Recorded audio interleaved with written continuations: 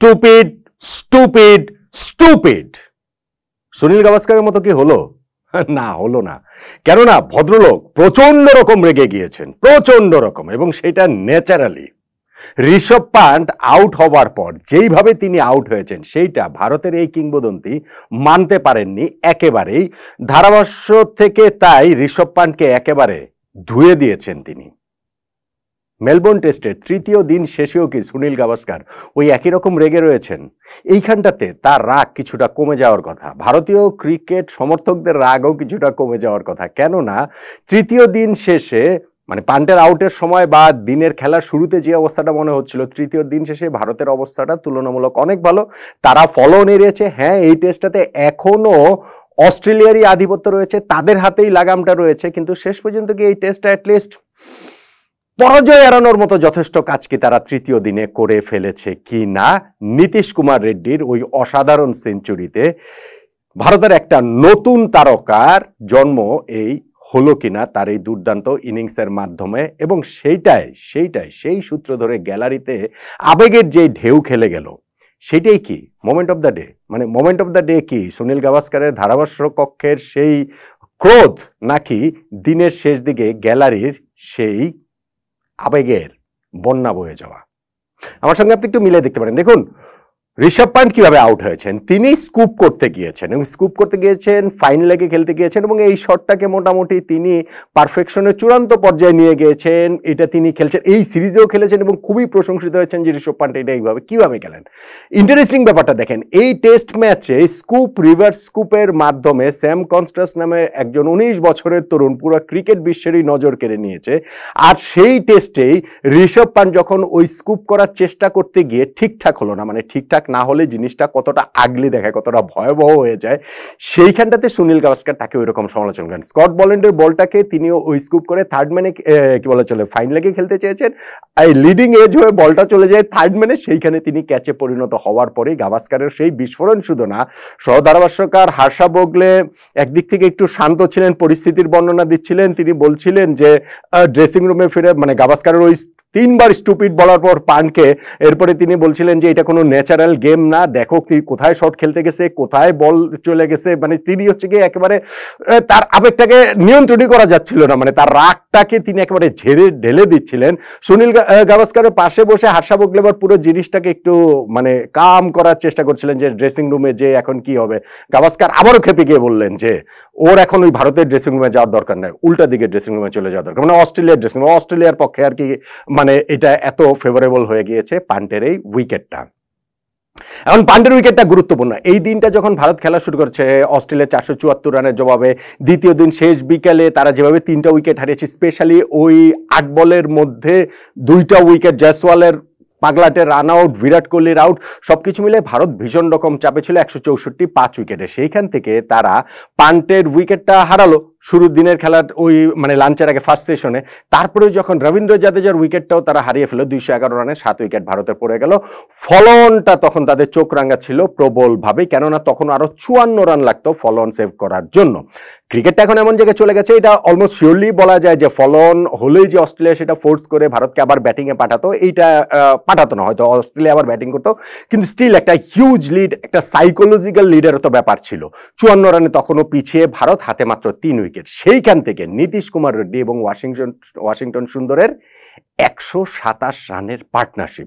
ভারতের সব ব্যাটসম্যানরা top order মানে এত বিখ্যাত ব্যাটসম্যানরা যখন ব্যর্থ হয়েছেন, অ্যাপার্ট ফ্রম জয়সওয়াল আমরা এভাবে বলতে পারি, তখন এই দুইজনের যেই পার্টনারশিপ সেইটাই ভারতকে একটুখানি হলেও আশার আলো দেখাচ্ছে, অ্যাটলিস্ট টেস্ট ম্যাচটা সেভ করার ক্ষেত্রে।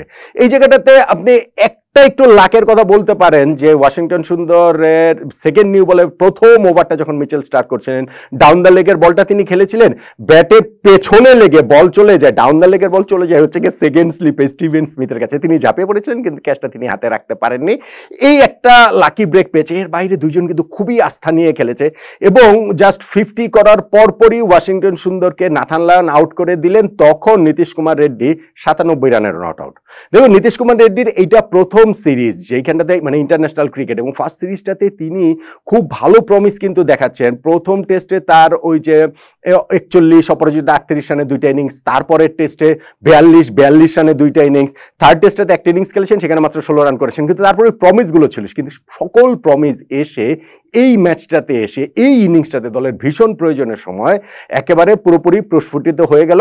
একটাই আক্ষেপের জায়গা থাকতে পারতো যে তিনি সেঞ্চুরিটা পান কি পান না। যখন সুন্দর আউট হয়ে গেলেন, বললাম 97 রানে 8 number wicket, Nathan Lyon out করেছেন। যখন এরপরে আউট হয়ে গেলেন জাসপ্রীত বুমরা স্লিপে ক্যাচ দিয়ে, তিনিও তখন হচ্ছে গিয়ে 99 রানে নট আউট হচ্ছে গিয়ে ওই প্রান্তে দাঁড়িয়ে রয়েছেন নীতিশ কুমার রেড্ডি। 3টা বল মোহাম্মদ সিরাজ ফেস করলেন, ওইটা মেলবোর্নের ক্রাউড, একটা ভারতীয় দর্শক যারা সাপোর্টার তারা ছিলেন, তারা একটা হিউজ হাততালির মাধ্যমে সেটাকে স্বাগত জানালেন, এবং নেক্সট ওভারে বোল্যান্ডকে 4 মেলে তিনি ওই দুর্দান্ত একটা লফটেড স্ট্রেট ড্রাইভার 4 মেরে সেঞ্চুরিতে পৌঁছে গেলেন।